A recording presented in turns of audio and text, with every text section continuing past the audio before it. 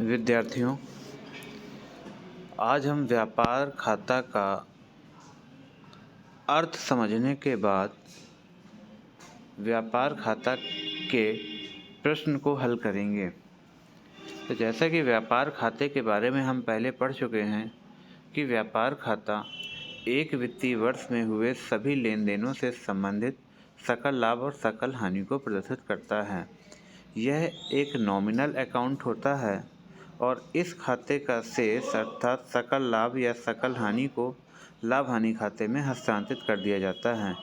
इस खाते को एक विशेष लेखांकन अवधि के लिए तैयार किया जाता है और इसे माल खाता भी कहा जाता है, क्योंकि इसमें केवल माल संबंधी लेन देनों को लिखा जाता है और माल संबंधी जो भी लेन देन होते हैं वो डायरेक्ट एक्सपेंसेस ही कहलाते हैं। इसलिए इस खाते के डेबिट पक्ष में सभी डायरेक्ट एक्सपेंसेस यानी कि प्रत्यक्ष खर्चों को ही लिखा जाता है और क्रेडिट पक्ष में विक्रय और विक्रय वापसी और अंतिम रहतिया को लिखा जाता है।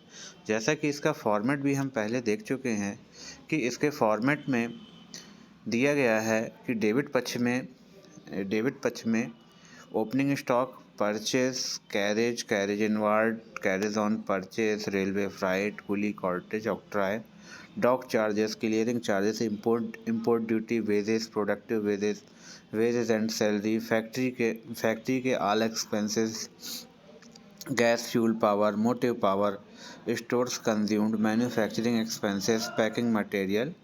और क्रेडिट पक्ष में सेल्स रिटर्न है तो उसको माइनस करेंगे, क्लोजिंग स्टॉक, और फिर उसके बाद यदि बैलेंस दोनों तरफ का टोटल किया जाएगा, यदि डिफरेंस डेबिट पक्ष में आ रहा है तो उसको क्रेडिट बैलेंस बोलेंगे और यह डिफरेंस यानी कि आने वाला बैलेंस जो है अगर डेबिट पक्ष में आ रहा है तो यह ग्रॉस प्रॉफिट के नाम से जाना जाएगा, तो लिखेंगे to gross profit CD।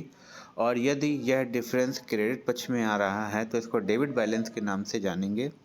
Credit पक्ष में आने वाला डिफरेंस डेबिट पक्ष के नाम से जाना जाएगा और यह ग्रॉस लॉस को इंडिकेट करेगा, यानी कि ये भी जो भी अमाउंट निकल कर आएगा वह फर्म का ग्रॉस लॉस कहलाएगा।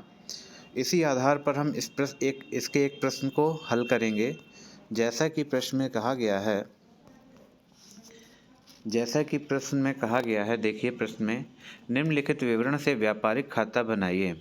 और प्रश्न में दिया गया है क्रय दिया गया है, क्रय वापसी दिया गया है, आंतरिक गाड़ी भाड़ा दिया गया है, कर चुकाया अर्थात टैक्स दिया गया है, मजदूरी दी गई है, गैस जल इत्यादि दिया गया है, विक्रय वापसी दी गई है, प्रारंभिक व्यय दिया गया है और प्रारंभिक स्टॉक दिया गया है और अंतिम स्टॉक दिया गया है। तो इस दी गई सूचनाओं के आधार पर हमें व्यापार खाता बनाना है। तो देखिए, व्यापार खाता बनाने के लिए सबसे पहले तो हम इसका शीर्षक लिखेंगे, जिसमें शीर्षक में लिखेंगे ट्रेडिंग अकाउंट। और फिर उसके बाद यह जिस अवधि के लिए बनाया जाता है, जैसे कि सामान्यतः एक वित्तीय वर्ष के लिए बनाया जाता है, तो इसमें लिख देंगे ट्रेडिंग अकाउंट के नीचे फॉर द ईयर एंडिंग और उस अवधि का नाम लिख देंगे। जैसे कि मान लीजिए अगर ईयर समाप्त हो रहा है 31 मार्च को, तो लिख देंगे 31 मार्च 2021, 31 मार्च 2020, जो भी वर्ष दिया गया है। और इसी आधार पर ये प्रश्न में दिया रहता है समय, और अभी इस प्रश्न में तो फिलहाल समय नहीं दिया गया है, तो इसलिए हमने इसमें डैश डैश कर दिया है फॉर द ईयर एंडिंग और डैश डैश करके ब्रैकेट में इसको बंद कर दिया है। फिर इसके बाद इसका फॉर्मेट, जैसे कि हमें पता है टी से फॉर्मेट होता है। पहला पक्ष डेबिट होता है, दूसरा पक्ष इसका क्रेडिट होता है और डेबिट पक्ष में पार्टिकुलर अमाउंट, इसी प्रकार क्रेडिट पक्ष में पार्टिकुलर अमाउंट लिखते हैं। अब प्रश्न को हल करना स्टार्ट करते हैं। तो जैसा कि हम फॉर्मेट में देख चुके हैं कि सबसे पहली एंट्री डेबिट पक्ष में प्रारंभिक रहतिया अर्थात ओपनिंग स्टॉक की होती है। तो यहाँ पर प्रश्न में प्रारंभिक स्टॉक 50,000 रुपये दिया गया है, तो इसलिए हम इसमें टू ओपनिंग स्टॉक 50,000 लिख देंगे। फिर इसके बाद परचेस लिखा जाएगा। तो देखिए, परचेस 2 लाख रुपए दिए गए हैं, तो टू परचेस 2 लाख रुपए।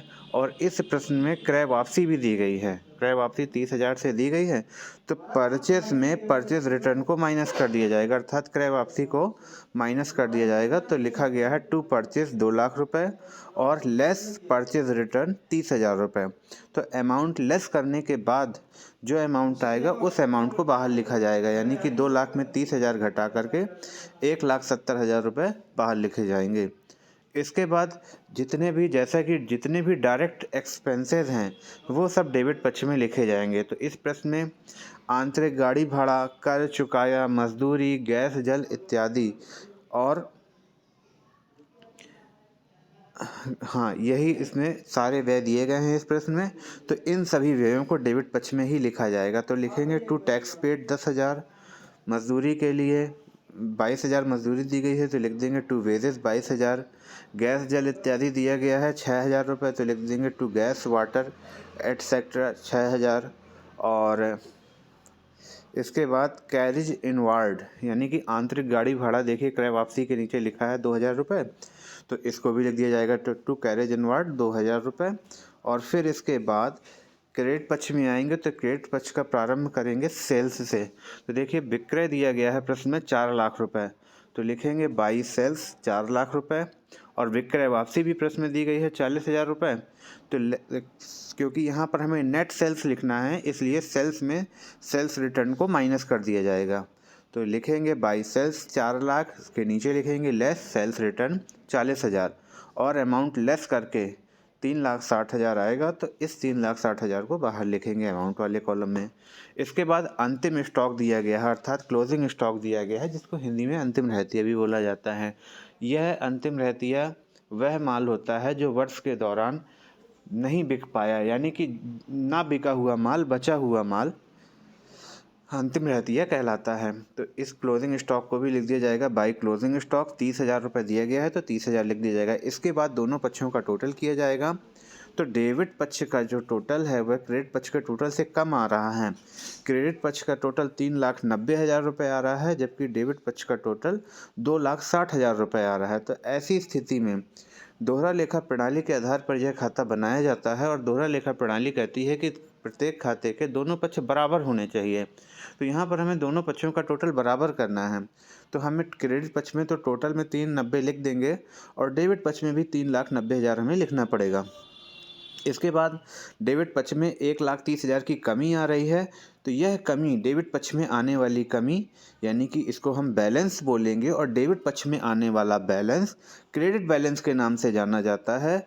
और ट्रेडिंग अकाउंट में यह जो बैलेंस आता है डेबिट पक्ष में आने वाला बैलेंस जिसको हम क्रेडिट बैलेंस के नाम से जानते हैं, यह बैलेंस ग्रॉस प्रॉफिट के नाम से जाना जाएगा। और यदि यही बैलेंस दूसरे पक्ष में यानी कि क्रेडिट पक्ष में आता तो उस बैलेंस को डेबिट बैलेंस के नाम से जानते और वह ट्रेडिंग अकाउंट का ग्रॉस लॉस को इंडिकेट करता। तो यानी कि उसको हम बोलते हैं ग्रॉस लॉस CD।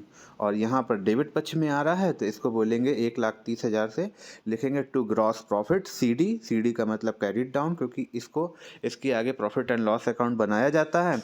तो प्रॉफिट एंड लॉस अकाउंट में ग्रॉस प्रॉफिट को ट्रांसफ़र किया जाता है तो इसलिए यहाँ पर CD लिख दिया जाता है। तो टू ग्रॉस प्रॉफिट CD 1,30,000 रुपये लिख देंगे और दोनों पक्ष का टोटल 3,90,000 रुपये कर दिया जाएगा। प्रश्न हमारा कंप्लीट हो गया।